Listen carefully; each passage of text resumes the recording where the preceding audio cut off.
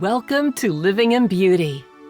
It's Saturday, August 11th, 2018, day 754 on the road, and we're in Devon, Canada. And wow, it's smoky here. Seems there's a big fire somewhere, dumping ash and smoke all over the province. Well, might not be the best day to talk about barbecue. But 2 weeks ago, I dangled a carrot that looked a whole lot like Carnitas. And enough Living in Beauty followers bit for us to accept the challenge. But you all should know, you're just stoking the fire. Just be warned, Living in Beauty will take the occasional harrowing side trip into trailer cooking, maintenance, and even brewing. But it's all for Jim. Jim just loves these DIYs, while I prefer to sweep the mundane details under the rug. Yet, I understand his enthusiasm. Creative solutions and efficient micro-equipment have replaced the grunt work of our old conventional life.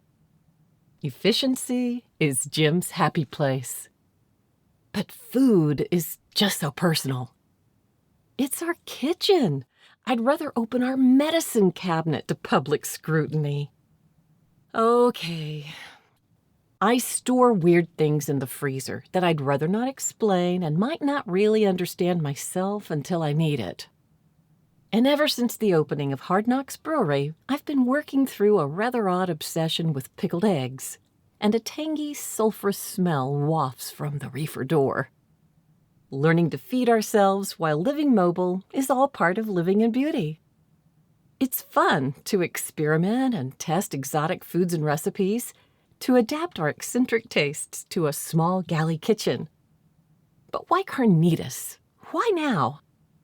Silly us. Canada, with all its rich diversity, is not a Mexican food mecca. We thought, well, because so many Canadians winter in Baja and on the Sea of Cortez, maybe Mexican culture would be kind of a thing here. Well, de calores, yes. But Mexican food? Not so much.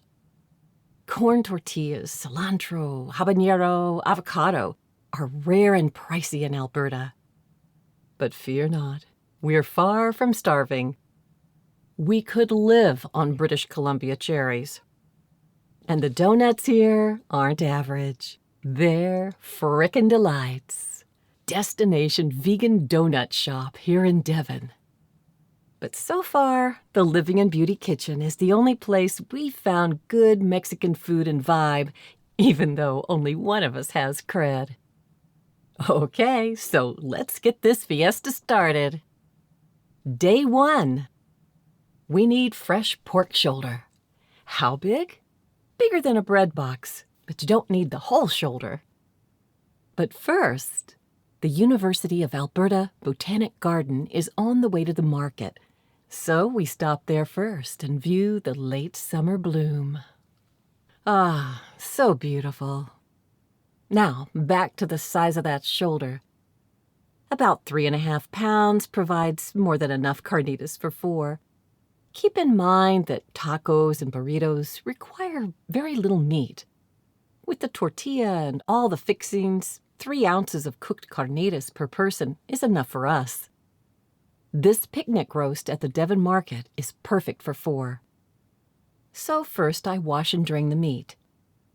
Next I carve off the fat and membrane and carve the trimmed meat into 2 to 3 inch chunks. I place all of the fat and bone trimmings into the bottom of the Instant Pot liner and place the trimmed pork chunks in a separate bowl. Then I season the pork chunks generously with kosher salt and coarse ground pepper and massage the seasoning into the chunk pieces. Then I prepare the marinade, which is just a large head of raw garlic crushed, a medium onion, or half of a large, rough chopped, 3 jalapenos plus seeds, rough chopped, 1 large orange, the zest and the juice, a heaping teaspoon of ground cumin, a heaping teaspoon of ground cinnamon, 2 bay leaves, and 3 to 4 tablespoons of tamari, soy, or Maggi sauce. In another bowl, I mix the marinade ingredients together and then I pour it over the meat chunks, stirring periodically to ensure even distribution. Over the next 30 minutes, I stir the meat once or twice as it marinates. Soon, all of the liquid is absorbed into the meat. Now, I pile the pork chunks on top of the fat trimmings in the Instant Pot and pour a cup of broth over all. For this batch, I thawed out some of the pork broth left over from the previous batch of carnitas. That's what I mean about keeping weird stuff in my freezer. But store-bought chicken or veggie broth will do fine. Once the lid is in place, I set the Instant Pot on 30 minutes of high pressure. This will take about an hour, so we go for a campground stroll on the Saskatchewan. And we walk in the door just as the high-pressure cooking is done. I turn off the Instant Pot and allow the pressure to release naturally for 15 minutes. Then I force any remaining pressure to release and remove the lid. At this point, the pork is hot and loose, kind of squishy, so very carefully I transfer the carnitas into a bowl to cool. Now, this is a good time to taste test. If the meat is not seasoned enough, I give them a light sprinkle of salt. Now I remove the fat chunks, which will be discarded. Next, I carefully strain the fluids into a separate container and allow it to cool before I place it in the refrigerator overnight. And this is why. As the pork chunks cool, they will solidify for easy handling on the grill tomorrow. Also, chilling before grilling prevents overcooking, right? And chilling the liquids will separate the lard from the broth so it can be easily skimmed off and used for basting. It's a warm night, so we have a cold dinner of chicken salad pepper boats and raw, fresh and spicy homemade green pea hummus made from fresh peas in the shell, which we picked up at the farmer's market. Day 2. The next morning, we grab a box of frickin' delights and drive to Edmonton to visit the Mootart Conservatory. What a great day! Back home, we get to work on dinner. I take the pork out of the refrigerator, I skim the fat off the base, and warm it on the stove, and add enough olive oil to the fat to make about a half cup. All right, my work here is done. From here, we'll need beer, fire, Latino music, and a guy. Jim sets the grill on high. Then he dips each chunk into the basting fat and places it on the grill, turning each with tongs and basting until all sides have a nice char. While he's doing that, I'm cooking black beans in the Instant Pot, using the strained and reserved pork base, and stir-frying Mexican cauliflower rice, and preparing the fixins.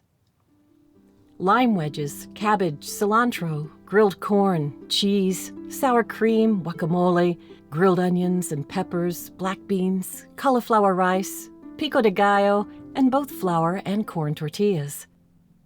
With plenty of leftovers, meals will be simple to prepare for the next few days. Buen provecho, eh? Thank you so much for joining us at Living in Beauty. If you like this post and want to be notified when a new one is released, please enter your email address and click the follow button at the bottom of this page. Okay, that's it for now. Have a great week.